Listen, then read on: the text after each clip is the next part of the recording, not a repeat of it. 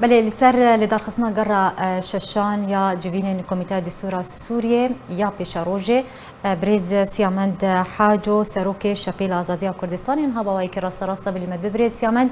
هفدما تباش به نتوان یگرتی اندامین گروپا بچوکری یا دستور سوریه یا پیشاروجه کو جسه گروپان پکته و خواندی کریه دا کود هجده و مهده بجوین بریا ویجی پنج گر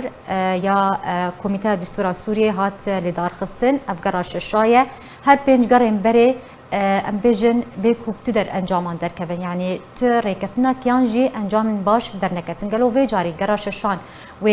ام بیجن انجام باش در کبن دم باش انجامی باش در کبن در نکبن ام نزانم بس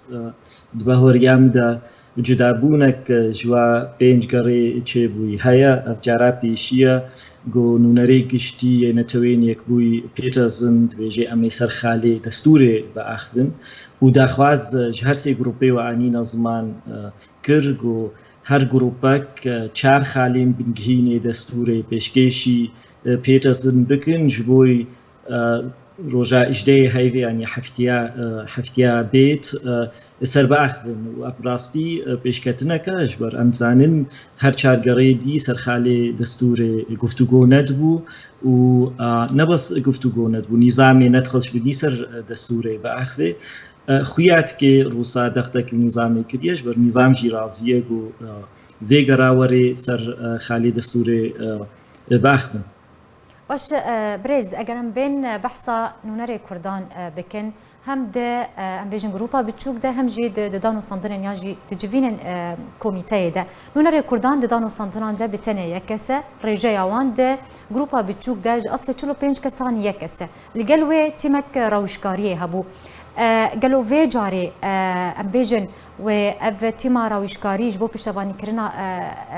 لنونر کردان دکن و هبه اگر تیم هبه اندامن ویکینو کی پشتوانی کرنا به تیمت که راستا چارگری تالی دا وکتیمک هاتبو چکرن جبوی آری کار بید نونری کرده ید لجنه دستوره و راست آنی زمان کسکی تنه و ام بهورد کن آری کاری جیرا پیوسته دوی گراوریجی یا ششاجی و تیمک بچه او تیم سیاستمندار کسی بسپوره دستوره حاضر بن روشنامه‌وان حاضرن گشتی پنج کس و حاضر ببین و که کار بن به نونره کرداره دویم زانبن جی او کسی نونرتیا کردات که نباس نونرتیا کردات هنید که نونرتیا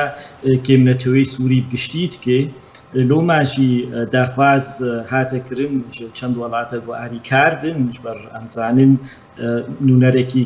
که منتوا یکی تنیگلکی که مد بهار یامده که مایسی چاره که حاضر بانه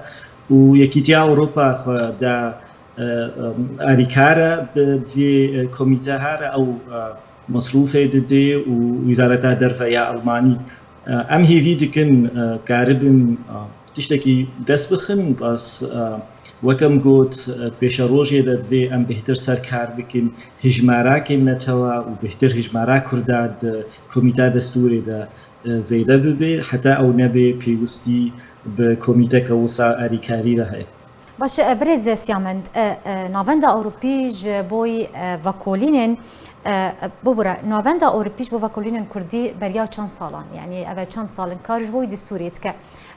پیش چند روزان ورکشوپک لتونس اللي دار خستو تدا دستور سوريا قوتو بيشكر جبرتش ولات تونس هادس نشان كرن كل ويداري دستور سوريا ورا قوتو بيشكر هذا الشيء سراس بكم نل تونس تشيبو او ورشا اني زمان او ورشا سويسرا تشيبو سويسرا راسته سويسرا و اف نافندا واني زمان سالا 2016 و اریکار جبوی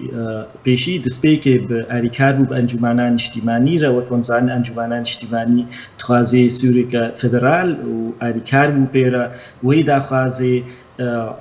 برفرح بکه یعنی کسی بسپور بواره وکن یعنی مثلا فدرالی امزان گلک فدرالی بەشێکی گەلکی فەڕەها فدرالی نەڕەنگێکی فدرالیە تەنێ هەیە ئاریکار بوو بەنجومانان نیشتیمانی بێژێ چ ڕەنگی فدرالیەش بۆی سووری دخوازن و بەدەور ساڵا 2018 هاتە و وەختا لیژنا دەستورێ چێ بووە ئاریکارە لیژنا دەستورێرە ji بۆی پێشە ڕۆژێ دەستورەکە نوژەن دەستورەکە مۆدەرن وەرێ نویساندن باش ڤاجڤینێ بوون با ساڵی چووی برێکبەریە سووریرە و جواکات سیڤیلە یە ئەندامێ لیژنا دەستورێ هەرجار دگوتن میناک وڵاتێکی عەرەبیش مەرە لازمە چ وڵاتێکی نەناوەندی گۆتە بەحسا دموکراتیە فێدەرالیەت کرد گوتن ئەف ناکێ وڵاتی ئەوروپی ئەف داخوازەی ئەوروپیانە چ میناک هەنە وڵاتی عەرەبی و ما تونس هەڵبژار بە ڕاستی تونس وڵاتی عەرەبی باشترین دەستور مۆدەرنترین دەستور یا تونسە و نە دۆختێکی درێژدا دەستورە نویا تونس هاتیە نویساندن ئالی دیڤە گەلێکی بارکێشە دەستورە تونس مەسەلا نەناوەندیە جەهەکی فەڕەح دەستورە تونسە نەناوەندی جەهگرتیە و باوەریامەدە سووریا پێشە ڕۆژی دوێ سووریەکە نەناوەندی بێ لۆماشی مەدیت باشە وڵاتێکی عەرەب ئەمۆکە میناک بێنن بۆ دەستورەکە نوژەن هەیە دەستورەکە مۆدەرن دەستورەکە ڕاستی دموکراتی مافێ مرۆڤاتێ پاراستن ئەمووی وەکە میناک بێنن و هژمارێک سیاسەتمەنداری تونسی کەسێ بسپۆر یە تونسی مەعانین و ئەو بە هژمارێکە دی ئەندامێ دەستورە سووریرە گفتوگۆ چێ بوو وش ئالی دیڤە کەسێ چالکوانی سەر دەستورێ کارتکن ئەو ژی هاتبوونە داوکردنە وێ وەرشە وانی زمان. باش برێز سیامەند ئەگەر ئەم لەسەر بریارە ئەنجومەنا ناودەوڵەتیژی بسەکنن بەتایبەت یا 2254 دەبێژە پێویستە دستورێک نو ji سووریێرە وەرە نێفساندن هەروها دەستەیەک دەستلاداریە ji وەرە ئاواکردن پرسیار گەلو ڕێژیمی رازی ببە لە سەر vêbendê ji ber کۆواتەیە ئاواکردنا دەستەیەک دەستلاداریە کو rejîma Esed hatiye ji nav birin. پرسەکە جێ خۆدەیە حتان هاژی ئەڤژی مشکلەکە ئەساسی بوو وە ئانی زمان دوا پێنج گەڕێ چوویدا تشتێک پێشنەت کەش بەر نیزام زانێ هەکە ئەو وەکە دەتەوێنێک بووی تخوازێ دەستورەکە نو وەرێ نیفساندن حکوومەتەکە دەمکی وەرێ دامەزراندن ئەفتێ وێ واتێ حەزبێ بەحس نەمادوێنێ سەر حەکم مژلۆماژی گەلێک زەحمەتیت کردن گۆبڕاستی ئەف لجنا دەستورێ کارێ جنێف لێ پێش بە نەچێ ژبەر وەکەم گوت تالیا ڕەجیمەیە هەکە پێش بە هەرێ و دەستورەکە وەرێ نیفساندن بەس خویات کێ دوێ گەڕا شەشادە رووسیا دەختێک نیزامێ کردیە گۆ حازر بێژ بۆی سەرخالین بنگهینێ دەستورێ بەئاخدن و ئەس بەهاوردکەم گەلێکی گرنگە رووسیا هەکە رووسیا دەوراخۆ نەڕابێ و دەختەی نیزامی نەکێش بۆی بریارە 2254 برێڤە هەرێ سووری وێ نەبەشدار بێت بادا نووسارنێ هاتە وێ نە ئاریکار بێ و ئەم هیڤیتکن پێشە ڕۆژێدا رووسیا دەورەکە پۆزیتیڤ بلەیزێ و ڕاستی دەختێ نیزامی بکێش بۆی گفتوگۆی سەردەستورێ بکێ. بله زۆر سپاسش بۆی سەرۆکێ شەپێلە ئازادیە کوردستانی برێز سیامەند حاجۆ ئێرۆ میوانێمە بوو سەر وێ مژارێ گەلێکی سپاسیاتت کە.